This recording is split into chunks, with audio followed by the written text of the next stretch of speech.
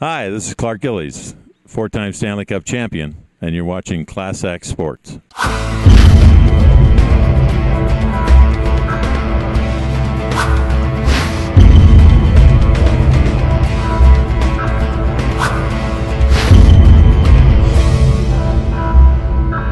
Jared Ginsberg from Class X Sports with the man himself that put this event together, Clark Gillies. Clark, tell us a little bit about these golf outings that you've been putting on year to year.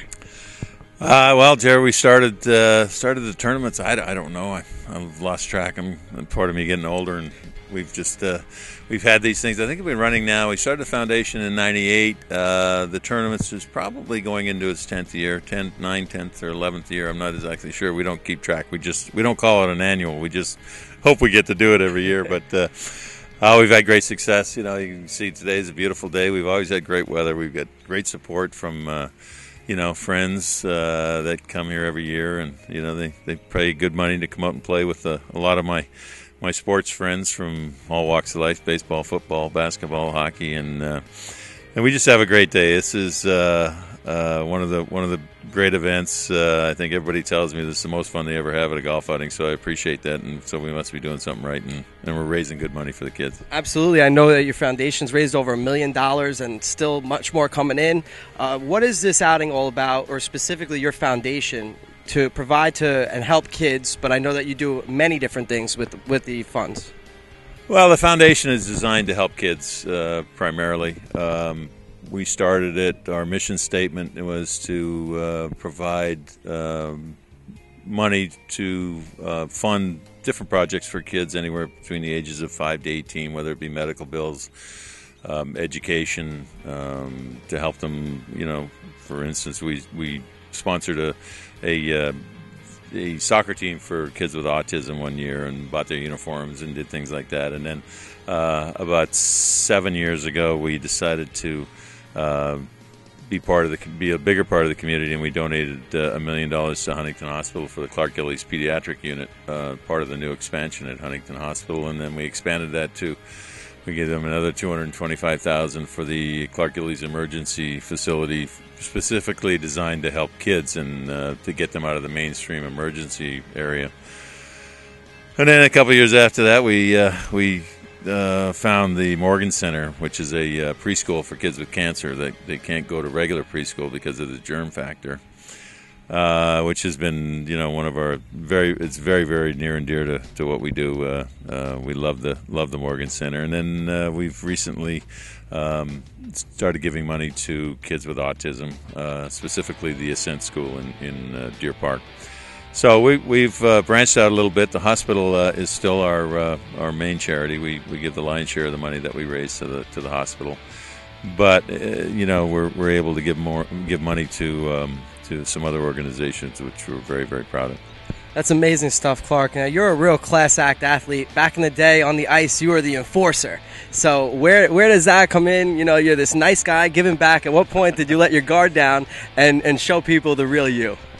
Probably when I retired. I think the people, I have. It's funny you mention that because I have a lot of people say to me, "You're not the same guy I used to watch on TV," and I go, "Yeah, that guy. We go in the locker room, we smell the equipment, and you change into somebody else." But this is the real me. I've always, I've done a lot of things for different charities, all over the island and basically all over the world, Canada and my back home and my buddies in Toronto, and it's just what we do, and I kind of feel obligated to give a little bit back. We were pretty blessed to be able to play, a fun game, make a good living, and so I'm out there trying to in my own small way give a little bit back for the good fortune that I had. Absolutely. Now we're right around the Stanley Cup time. I know the Canucks are up 2-0 over the Bruins. Take us back to your Stanley Cup days. What was that like for you?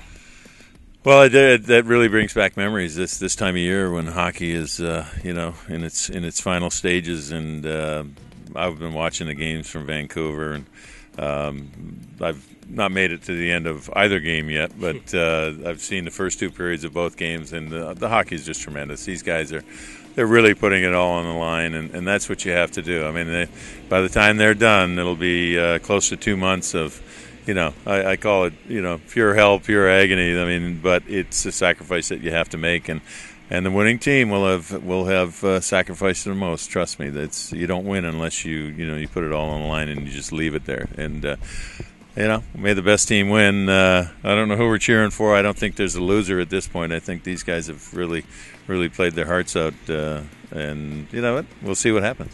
Leaving behind your legacy as one of the best Islanders to ever play the game, you won numerous Stanley Cups. You were really one of the best out there and always have been since you put on that Islander uniform. What's the thing that sticks out in your mind most as you reflect on all these Stanley Cup rings, championships? Well, I think we just touched on it. I think the thing was we were healthy. For 4 years you don't win 4 cups in a row, and you don't win 1 cup unless you're healthy. And we were fortunate to be able to do it four in a row. Just the players, the sacrifices the players made. Going out there night after night and knowing that at one point this could be your last game, and the season's all for naught, really. I mean, certainly there are successful seasons, but the bottom line for every player that plays in the National Hockey League, or for that matter any sport, the championship is the ultimate. And to have won 4, and those guys that I was able to be part of, as we had the core of 4, we had 16 guys played on all 4 Stanley Cup teams. That's pretty amazing. Probably wouldn't happen these days, but those are the guys. Those are my best buddies. Those are the guys that we went in the trenches together, and 4 times in a row we came out on top. So that's pretty good stuff. That's what I remember the most. That's incredible. Leaving your mark on Long Island. To this point, the Islanders haven't been able to get back, but I'm sure they're on the brink. Anyway, thank you very much. We appreciate your time.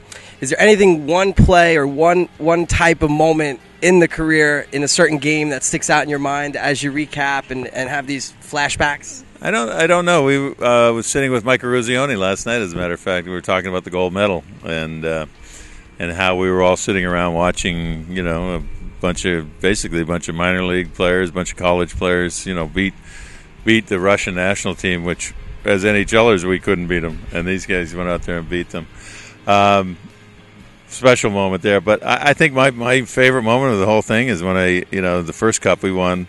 I had gone through a lot of different battles with guys like Terry O'Reilly and Paul Holmgren from Philly, and but to be able to get the cup in my hands and lift it over my head and skate around the ice just by myself, shaking this thing like it weighed an ounce, that was a special moment for me, and I'll never forget that. That's incredible. And did you drink out of the cup back in the day?